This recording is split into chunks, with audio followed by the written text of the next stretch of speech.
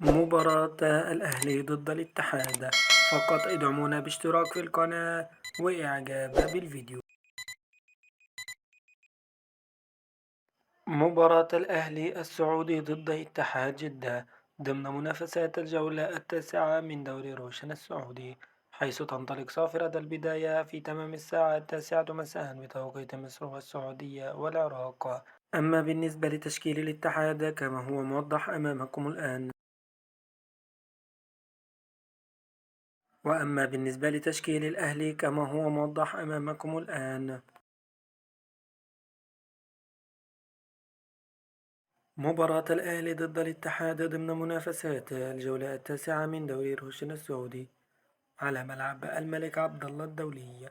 تنقل المباراة عبر قناة اس اس سي الرياضية المشفرة في تمام 9 مساء بتوقيت السعودية والعراق ومصر.